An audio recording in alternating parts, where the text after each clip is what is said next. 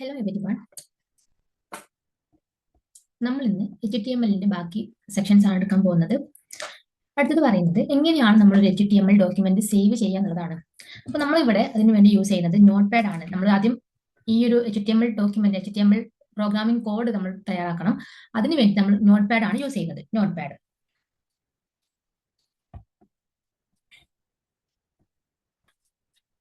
അപ്പൊ നോട്ട് പാഡിലാണ് നമ്മൾ ടൈപ്പ് ചെയ്യല്. അപ്പൊ ഈ നോട്ട് പാഡ് എവിടെ നിന്നാ കിട്ടുക വെച്ചാൽ സ്റ്റാർട്ടിൽ പ്രോഗ്രാംസിൽ പോയി ആക്സറീസിൽ പോയി നോട്ട് പാഡ് നമുക്ക് ടൈപ്പ് ചെയ്താൽ മതി. അപ്പൊ നോട്ട് പാഡ് ഓപ്പൺ ചെയ്ത് വരും. ഇതാണ് നോട്ട് പാഡിന്റെ സിമ്പിൾ. അപ്പോൾ ഈ നോട്ട് പാഡ് ഓപ്പൺ ചെയ്ത് വരുന്ന സമയത്ത് നമുക്ക് എന്തിന്റെ പ്രോഗ്രാം ആണ് നമ്മൾ ചെയ്യുന്നത് അതിന്റെ കോഡ് റിട്ടേൺ ചെയ്യാം. ഇതിനകത്ത് റൈറ്റ് ചെയ്ത ശേഷം നമുക്ക് ഇപ്പോൾ ഒരു പ്രോഗ്രാം കോഡ് എഴുതിയ ശേഷം നമുക്ക് എന്ത് ചെയ്യണം, അത് സേവ് ചെയ്യണം. അപ്പൊ സേവ് ചെയ്യുമ്പോൾ നേരത്തെ പറഞ്ഞിട്ടുണ്ടായിരുന്നു ഫയലിൽ പോവുക, ഫയലിൽ സേവ് ആസ് എന്ന് പറഞ്ഞിട്ടുള്ള ഒരു ഓപ്ഷൻ ഉണ്ടായിരിക്കും. അത് ക്ലിക്ക് ചെയ്യുമ്പോൾ ഇങ്ങനെയാണ് വരിക. കണ്ടില്ലേ, ഇങ്ങനെയാണ് വരിക. അപ്പൊ ഇതിൽ നമ്മൾ ചോദിക്കുന്നുണ്ട് ഫയൽ നെയിം. നമുക്ക് എന്താണ് നമ്മുടെ ഫയൽ നെയിം വേണ്ടത്, അതാണ് ഇവിടെ കൊടുക്കേണ്ടത്. ഇപ്പൊ ഇവിടെ ഇൻഡെക്സ് എന്നുള്ളതാണ് ഫയൽ നെയിം. .htm ഇതാണ് ഇവിടുത്തെ എക്സ്റ്റൻഷൻ. നേരത്തെ കഴിഞ്ഞ വീഡിയോയിൽ പറഞ്ഞിട്ടുണ്ടായിരുന്നു നമുക്ക് എക്സ്റ്റൻഷൻ ആയിട്ട് ഒന്നെങ്കിൽ HTML കൊടുക്കാം അല്ലെങ്കിൽ HTM കൊടുക്കാം. അപ്പൊ ഇവിടെ HTM ആണ് കൊടുത്തിട്ടുള്ളത്. എന്നിട്ട് ഇവിടെ നമുക്ക് ഏത് ടൈപ്പിലാണ് സേവ് ചെയ്യേണ്ടതെന്നുണ്ടായിരിക്കും. അപ്പൊ ഇവിടെ നമുക്ക് വേർഡ് ആണെങ്കിൽ വേർഡ് നിന്ന് സെലക്ട് ചെയ്യാം. ഇനി PDF ആയിട്ടാണ് നമുക്ക് ഈ ഒരു ഡോക്യുമെന്റ് വേണ്ടതെന്നുണ്ടെങ്കിൽ ഇവിടെ PDF എന്ന് പറഞ്ഞിട്ടുള്ള ഓപ്ഷൻ ഉണ്ടായിരിക്കും, അത് സെലക്ട് ചെയ്യാം. എന്നിട്ട് സേവ് ക്ലിക്ക് ചെയ്യാം. അപ്പൊ ഇങ്ങനെയാണ് ഒരു PDF ഒരു ഡോക്യുമെന്റ് നമ്മൾ സേവ് ചെയ്യുന്നത്. ഇനി സേവ് ചെയ്ത ഇപ്പൊ ഒരു ഡോക്യുമെന്റ് സേവ് ചെയ്തു, അതിന്റെ ഔട്ട്പുട്ട് നമുക്ക് വിസിബിൾ ആവണ്ടേ. അപ്പൊ ഔട്ട്പുട്ട് കാണാൻ വേണ്ടിയിട്ട് നമ്മൾ ബ്രൗസർ, ഏതെങ്കിലും ഒരു ബ്രൗസർ യൂസ് ചെയ്യാം. ക്രോമോ, മൈക്രോസോഫ്റ്റ് എഡ്ജോ ഏതാണെങ്കിലും കുഴപ്പമില്ല. നമുക്ക് ഏതാണോ വേണ്ടത് അത് ഓപ്പൺ വിത്ത് ആ ഒരു ബ്രൗസറിന്റെ നെയിം കൊടുത്താൽ മതി. അപ്പൊ നമുക്ക് അതിന്റെ ഔട്ട്പുട്ട് ഇങ്ങനെ വരും. കണ്ടില്ലേ, നമ്മൾ അവിടെ കൊടുത്തിട്ടുള്ള ഈ പ്രോഗ്രാമിന്റെ ഔട്ട്പുട്ട് ആണിത്.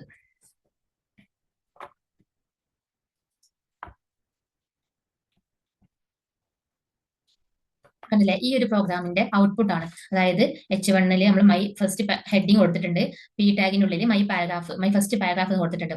അപ്പോൾ അതിന്റെ ഔട്ട്പുട്ട് ഇങ്ങനെ ആയിരിക്കും വരുന്നത്. അപ്പൊ ഇങ്ങനെയാണ് നമ്മളൊരു HTML programming HTML code save ചെയ്യുന്നത്.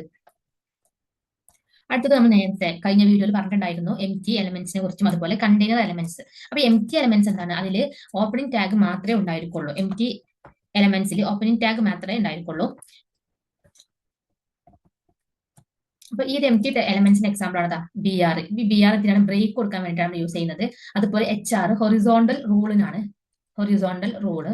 അപ്പൊ ഈ ഹൊറിസോണ്ടൽ റൂൾ എന്തിനാന്ന് വെച്ചാൽ ഒരു റോന്റെ താഴെ ഒരു ടൈപ്പ് ചെയ്ത എന്തെങ്കിലും ടെക്സ്റ്റ് ഉണ്ടെങ്കിൽ അതിന് താഴെ ലൈന് വരാൻ വേണ്ടിയിട്ടാണ്, ഇങ്ങനെ ലൈന് വരാൻ വേണ്ടിയിട്ടാണ് ഈ ഒരു HR യൂസ് ചെയ്യുന്നത്. അതുപോലെ ഇമേജ് കൊണ്ടുവരാൻ IMG ഇൻപുട്ട്, അതുപോലെ ലിങ്ക് കൊണ്ടുവരാനാണ് ലിങ്ക് മെറ്റ. അങ്ങനെ ഒരുപാട് ഒരുപാട് എന്തുണ്ട് empty elements ഉണ്ട്. empty elements ആകുമ്പോൾ അതിന് ഓപ്പണിംഗ് ടാഗ് മാത്രമേ ഉണ്ടായിരിക്കുള്ളൂ, എന്തുണ്ടായിരിക്കില്ല, ക്ലോസിംഗ് ടാഗ് ഉണ്ടായിരിക്കില്ല. അതുപോലെ അടുത്തതാണ് കണ്ടെയ്നർ എലമെന്റ്സ്. കണ്ടെയ്നർ എലമെന്റ്സ് ഇപ്പൊ നേരത്തെ നമ്മൾ പറഞ്ഞിട്ടുള്ള HTML, ബോഡി, ഹെഡ്, ടൈറ്റിൽ അതൊക്കെ എന്താണ്, കണ്ടെയ്നർ എലമെന്റ്സ് ആണ്. അപ്പൊ എന്താണ് കണ്ടെയ്നർ എലമെന്റ്സ് എന്ന് പറഞ്ഞാൽ നമുക്കിതിൽ എന്തുണ്ടാവും, ഓപ്പണിംഗ് ആൻഡ് ക്ലോസിംഗ് ടാഗ്സ് ഉണ്ടായിരിക്കും. അതിനാണ് കണ്ടെയ്നർ എലമെന്റ്സ് എന്ന് പറയുന്നത്. ഓക്കെ അല്ലേ. അപ്പോൾ ഇനി അടുത്തത് പറയാനുള്ളത് HTML എന്ന് പറയുന്നത് ഒരു നോട്ട് കേസ് സെൻസിറ്റീവ് ആണ്. അതായത് എന്താണ് കേസ് സെൻസിറ്റീവ് എന്ന് പറഞ്ഞാൽ, കേസ് സെൻസിറ്റീവ് എന്ന് പറഞ്ഞാൽ ചില ലാംഗ്വേജസ് ഒക്കെ ഇപ്പൊ ഒരു എക്സാമ്പിൾ പേ എന്ന് പറഞ്ഞിട്ടുള്ള ഒരു കീവേഡ്, ഒരു വേരിയബിൾ നമ്മൾ യൂസ് ചെയ്തു. അതേ പ്രോഗ്രാമിൽ തന്നെ സ്മോൾ ലെറ്ററിൽ ഇത് ഫുൾ ക്യാപിറ്റൽ ലെറ്ററിലാണ്, ഇത് സ്മോൾ ലെറ്ററിലാണ്. അപ്പൊ ഇത് രണ്ട് വേരിയബിൾ ആയിട്ടാണ് പല ലാംഗ്വേജിലും യൂസ് ചെയ്യുന്നത്.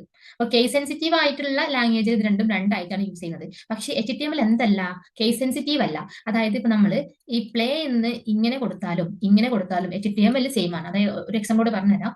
അതായത് ഇപ്പൊ നമ്മൾ HTML എന്ന് പറയുന്ന ടാഗ് നമുക്ക് വേണമെങ്കിൽ HTML ഫുൾ ക്യാപിറ്റൽ ലെറ്റർ എഴുതാം, അല്ലെങ്കിൽ ഇങ്ങനെ എഴുതാം. എങ്ങനെ എഴുതിയാലും ഇത് ഒറ്റ ഒരു മീനിങ് ആണ് ഇതിനുള്ളത്. ഓക്കെ, രണ്ടായിട്ടല്ല ഇതെടുക്കുക, ഒന്നായിട്ടാണ് എടുക്കുന്നത്. അപ്പൊ അതുകൊണ്ടാണ് HTML എന്ന് പറയുന്നത് എന്താണ്, കേസ് സെൻസിറ്റീവ് അല്ല എന്ന് പറയുന്നത്. ഓക്കെ അല്ലേ. അടുത്തത് ഇതിലുള്ള കുറച്ച് എലമെന്റ്സ് നമുക്ക് പരിചയപ്പെടാം. അപ്പോൾ ഓരോ നമ്മളിങ്ങനെ ചെയ്യുമ്പോൾ നമുക്ക് പഠിക്കും.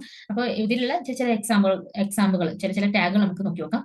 ഇവിടെ കണ്ടോ, ഇവിടെ ബി ടാഗ് ഉണ്ട്. ബി ടാഗ് നമുക്ക് എന്തിനാ അറിയാം, ബോൾഡ് ആക്കാൻ വേണ്ടിയിട്ടാണ് ബി ടാഗ് യൂസ് ചെയ്യുന്നത്, ബോൾഡ്. അതുപോലെ സ്ട്രോങ് ഉണ്ട്. സ്ട്രോങ് എന്തിനാണ് യൂസ് ചെയ്യുന്നത്, ബോൾഡ് ആക്കാനാണ്. ഇത് രണ്ടും ബോൾഡ് ആക്കാൻ വേണ്ടിയിട്ടാണ്. പക്ഷേ ഈ സ്ട്രോങ് എന്ന് പറയുന്നത് HTML5 നമ്മൾ യൂസ് ചെയ്യുന്നത്.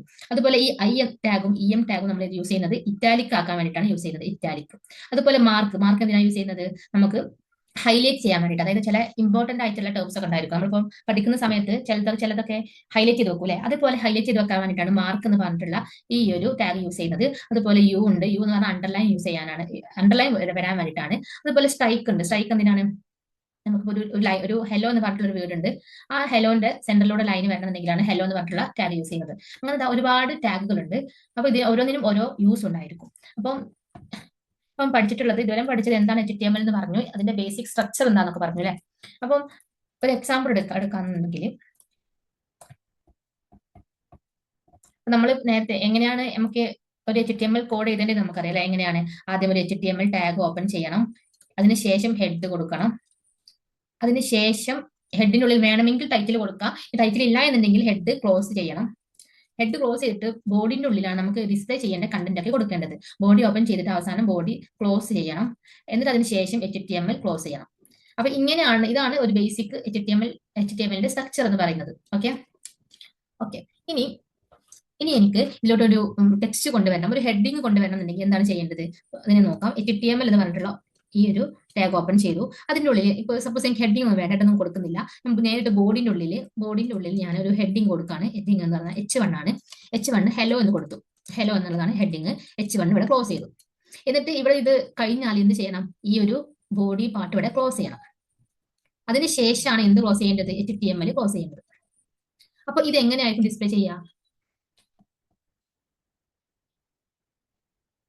ഇതെങ്ങനെയായിരിക്കും ഡിസ്പ്ലേ ചെയ്യാം. ഹെലോ എന്ന് പറഞ്ഞിട്ടുള്ളത് ഒരു കുറച്ച് കട്ടിയിലായിട്ട് ഹെഡിങ് ആയിട്ട് കുറച്ച് സൈസിൽ വരും. അപ്പൊ ഇതാണ് ഇതിന്റെ ഔട്ട്പുട്ട്. അപ്പൊ ഇനി എനിക്ക് ഇതിലോട്ട് ഒരു പാരഗ്രാഫ് ഇൻസർട്ട് ചെയ്യണമെന്നുണ്ടെങ്കിൽ എന്താണ് ചെയ്യേണ്ടത്. ഇപ്പൊ നമ്മൾ ഹെഡിങ് ആണ് കൊടുത്തിട്ടുള്ളത്, പാരഗ്രാഫ് കൊണ്ടുവരണമെന്നുണ്ടെങ്കിൽ നമുക്ക്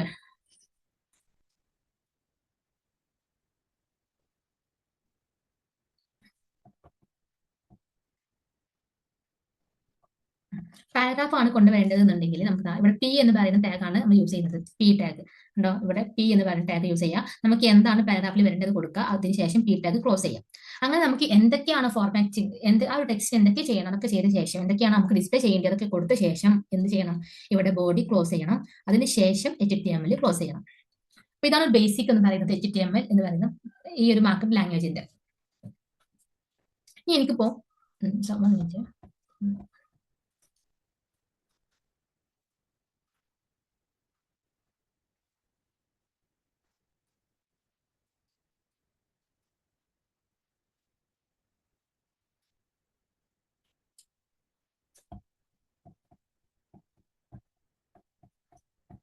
ഇവിടെ കൊടുക്കാം. ഓക്കെ ഇനി സപ്പോസ് എനിക്ക് ബോൾഡ് ആക്കണം, ഞാൻ കൊടുത്തിട്ടുള്ള ഒരു ടെക്സ്റ്റ് ബോൾഡ് ആക്കണം. അങ്ങനെ ബോൾഡ് ആക്കണം എന്നുണ്ടെങ്കിൽ നമ്മൾ എന്താ കൊടുക്കേണ്ടത്, ആദ്യം നമുക്ക് ഒരു HTML കോഡൊക്കെ എഴുതാം. HTML അതുപോലെ ബോർഡിന്റെ ഉള്ളിൽ എന്ത് കൊടുത്തു, ഒരു പാരഗ്രാഫ് കൊടുത്തു. അതിൽ ഇവിടെ വെൽക്കം എന്നുള്ളതാണ് പാരഗ്രാഫ്. എന്നിട്ട് ഇവിടെ ഈ ഒരു പി ടാഗ് ക്ലോസ് ചെയ്തു. അതുപോലെ എന്തുണ്ട്, H1 ഉണ്ട്. H1 ഹെലോ എന്നുള്ളതാണ് ഉള്ളത്. ഈ H1 ടാഗ് ക്ലോസ് ചെയ്തു. അതുപോലെ ബോഡി ക്ലോസ് ചെയ്തു, പിന്നെ HTML ക്ലോസ് ചെയ്തു. ഇതിൽ എനിക്ക് ഈ പി ടാഗ്, ഈ ഒരു വെൽക്കം എന്നുള്ളതിനെ ഒന്ന് ബോൾഡ് ആക്കണം എന്നുണ്ടെങ്കിൽ ബോൾഡ് എന്ന് പറഞ്ഞിട്ടുള്ള ഈ ഒരു ടാഗാണ് യൂസ് ചെയ്യുക. ബോൾഡ് ആക്കാൻ വേണ്ടിയിട്ട് ബി എന്ന് പറഞ്ഞ ടാഗാണ് യൂസ് ചെയ്യുന്നത്, ബോൾഡ്. അതുപോലെ അഥവാ നമുക്ക് ഇറ്റാലിക് ആക്കണമെന്നുണ്ടെങ്കിൽ ഐ ടാഗാണ് യൂസ് ചെയ്യുന്നത്, ഇറ്റാലിക്സ് ആക്കാൻ. അതുപോലെ യു എന്ന് കൊടുത്താൽ അണ്ടർലൈൻ ചെയ്യണമെങ്കിലാണ് ഈ ഒരു യു ടാഗ് യൂസ് ചെയ്യുന്നത്. ഓക്കെ അപ്പൊ നമുക്ക് ഇതെങ്ങനെയാണ് കൊടുക്കുക എന്നതാണ് നോക്കുന്നത്. ഇപ്പൊ എനിക്ക് ഈ ഒരു വെൽക്കം എന്ന് പറയുന്ന ഈ ഒരു ടെക്സ്റ്റിനെയാണ് ബോൾഡ് ആക്കേണ്ടതെന്നുണ്ടെങ്കിൽ ഇവിടെ കണ്ടോ, ഈ ഒരു ടാഗ്,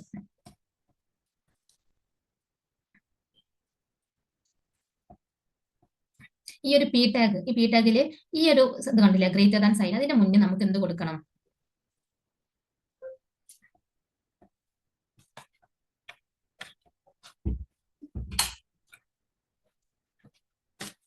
ഓക്കെ അതായത് ഈ പി ടാഗിന് മുന്നേ ഈ പി ടാഗ് കണ്ടോ, ഇങ്ങനെയാണ് പി ടാഗ് വരുന്നത്. അതിനുശേഷം എന്ത് കൊടുക്കണം, ഈ ബി എന്ന് പറഞ്ഞ ടാഗ് കൊടുക്കുക. എന്നിട്ട് നമുക്ക് എന്താണോ ടെക്സ്റ്റ് വേണ്ടത് അത് കൊടുക്കുക, വെൽക്കം. എന്നിട്ട് ഈ ബി ടാഗ് ആണ് ആദ്യം എന്താ ചെയ്യേണ്ടത്, ക്ലോസ് ചെയ്യേണ്ടത്. അതിനുശേഷമാണ് ഈ ഒരു പി ടാഗ് കൂടെ ക്ലോസ് ചെയ്യാൻ പറ്റുള്ളൂ. അപ്പൊ ഇങ്ങനെയാണ് ഒരു ബോൾഡ് ആക്കുക, ടെക്സ്റ്റ് ബോൾഡ് ആക്കേണ്ടത്. ഇനി നമുക്ക് ഇത് ഇറ്റാലിക് ആക്കണമെന്നുണ്ടെങ്കിൽ എന്ത് ചെയ്താൽ മതി, ഈ ബിന്റെ സ്ഥാനത്ത് ഇവിടെ നമുക്ക് എന്ത് കൊടുത്താൽ മതി, ബിന്റെ സ്ഥാനത്ത് ഐ കൊടുത്താൽ മതി. ബിന്റെ സ്ഥാനത്ത് ഐ കൊടുക്കാം, ഉണ്ടല്ലേ, ഐ കൊടുക്കാം. ഓക്കെ നമുക്കിത് മൂന്നും ഒരുമിച്ച്, അതായത് ബി ഐ യു, ഈ ബോൾഡ് ഇറ്റാലിക് അണ്ടർലൈൻ മൂന്നും ഒരുമിച്ച് ഈ ടെക്സ്റ്റ് വേണമെന്നുണ്ടെങ്കിൽ എന്ത് ചെയ്യണം,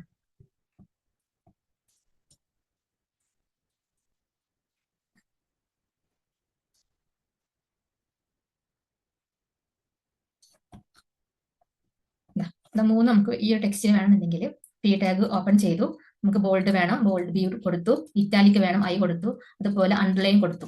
നമുക്ക് എന്താണ് നമ്മുടെ ടെക്സ്റ്റ് വെൽക്കം എന്നുള്ളതല്ലേ, അപ്പൊ വെൽക്കം എന്ന് കൊടുത്തു. അതിനുശേഷം ഇതിൽ ഏറ്റവും ലാസ്റ്റ് ഏതാണ് ഓപ്പൺ ചെയ്തത് അതാണ് ഇവിടെ ഫസ്റ്റ് എന്താക്കേണ്ടത്, ക്ലോസ് ചെയ്യുന്നത്. യു ക്ലോസ് ചെയ്തു, ആദ്യം ഇത് ക്ലോസ് ചെയ്തു, അടുത്തത് ഐ, ഇത് ഐ ക്ലോസ് ചെയ്തു, അതുപോലെ അടുത്തത് എന്ത് കൊടുത്തു, ബി ക്ലോസ് ചെയ്തു. അതിനുശേഷമാണ് ഈ ഒരു പി ക്ലോസ് ചെയ്യുന്നത്. ഓക്കെ, അപ്പൊ ഇങ്ങനെയാണ് നമ്മൾ ഫോർമാറ്റ് ചെയ്യുക, ടെക്സ്റ്റിനെ ഫോർമാറ്റ് ചെയ്യൽ ഇങ്ങനെയാണ്.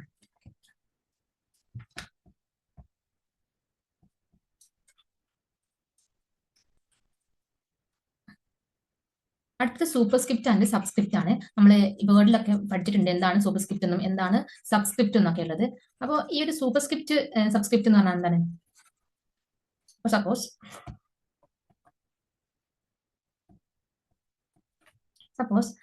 ഞാൻ ആദ്യം സൂപ്പർസ്ക്രിപ്റ്റിനെ കുറിച്ചാണ് പറയുന്നത്. Superscript, okay.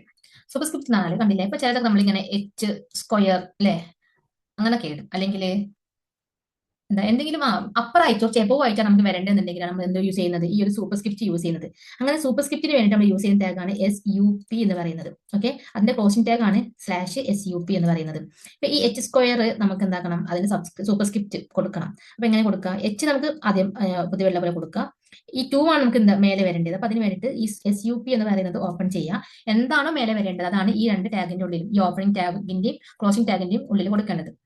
SUP ക്ലോസ് ചെയ്തു, കണ്ടില്ലേ. ഇപ്പൊ ഇത് റൺ ചെയ്ത് എന്താ വരിക, എച്ച് വരും. ഈ സൂപ്പർസ്ക്രിപ്റ്റ് ഇവിടെ 2 കൊടുത്തതുകൊണ്ട് 2 മേലെ ആയിട്ടായിരിക്കും വരിക. അപ്പൊ ഇങ്ങനെയാണ് നമ്മൾ സൂപ്പർസ്ക്രിപ്റ്റ് ആഡ് ചെയ്യാം. അടുത്താണ് സബ്സ്ക്രിപ്റ്റ്. സബ്സ്ക്രിപ്റ്റ് എന്ന് വെച്ചാൽ നമ്മൾ H2 എന്നൊക്കെ എഴുതില്ലേ, H2 എന്നൊക്കെ എഴുതുമ്പോൾ ഈ 2ന്റെ സ്ഥാനം എവിടെയാണ്, താഴെയാണ്. അങ്ങനെ ഒരു ബിലോ ആയിട്ട് വരാനാണ് നമ്മൾ ഈ ഒരു നോർമൽ ഉള്ളതിനെക്കാട്ടിലും ഒന്ന് ബിലോ ആയിട്ട് വരാനാണ് സബ്സ്ക്രിപ്റ്റ് യൂസ് ചെയ്യുന്നത്. അപ്പം ഇതിന് വേണ്ടിയിട്ട് നമ്മൾ യൂസ് ചെയ്യുന്ന ടാഗാണ് സബ് എന്ന് പറയുന്നത്. അതിന്റെ ക്ലോസിംഗ് ടാഗാണ് സബ്, ഈ ഒരു സബ് /സബ്. അപ്പൊ ഇതെങ്ങനെ കൊടുക്കാന്ന് വെച്ചാൽ, ഇപ്പൊ H2ന്റെ ഈ ഒരു കോഡ് ഇതാണെങ്കിൽ ആദ്യം നമ്മൾ H അതേപോലെ കൊടുത്തു. അടുത്തത് നമുക്ക് ഏതാണോ താഴെ വരേണ്ടത് അതാണ്, അതിന്റെ മുന്നേ നമ്മൾ ഈ ഒരു ടാഗ് ഓപ്പൺ ചെയ്യണം. എന്നിട്ട് ഈ 2 കൊടുത്തു, അതിനുശേഷം ടാഗ് വീണ്ടും ക്ലോസ് ചെയ്തു. അപ്പൊ ഇങ്ങനെയാണ് സൂപ്പർസ്ക്രിപ്റ്റും സബ്സ്ക്രിപ്റ്റും നമ്മൾ ആഡ് ചെയ്യുന്നത്.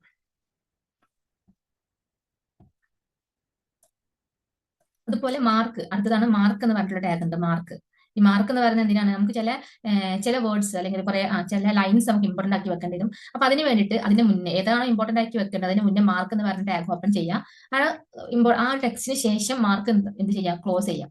അങ്ങനെയാണെങ്കിൽ ഇത് റൺ ചെയ്യുന്ന സമയത്ത് ആ ടെക്സ്റ്റ് എന്താണോ, ടെക്സ്റ്റ് ഹലോ എന്നൊക്കെ ആണെങ്കിൽ അതിന്റെ ചുറ്റും എന്ത് വരും, മൊത്തത്തിലൊരു യെല്ലോ കളറിൽ വരും. ഓക്കെ, അപ്പൊ ഇങ്ങനെയാണ് മാർക്കൊക്കെ ആഡ് ചെയ്യുന്നത്. മാർക്ക് മീൻസ് ഹൈലൈറ്റ് ചെയ്യുന്നത്, ടെക്സ്റ്റിനെ ഹൈലൈറ്റ് ചെയ്യുന്നത്. അപ്പൊ നമ്മൾ ഇന്ന് പഠിച്ചിട്ടുള്ളത് എങ്ങനെയാണ് ഒരു HTML കോഡ് സേവ് ചെയ്യേണ്ടതെന്ന് പഠിച്ചിട്ടുണ്ട്. അതുപോലെ ഇറ്റാലിക് ആക്കലും എങ്ങനെ ഇറ്റാലിക് ആക്കുക, ബോൾഡ് ആക്കുക, അണ്ടർലൈൻ ചെയ്യാന്നുള്ളതൊക്കെ പഠിച്ചു. ചില ടാഗുകൾ നമ്മൾ പരിചയപ്പെട്ടു. മനസ്സിലായെന്ന് കരുതുന്നു. Thank you.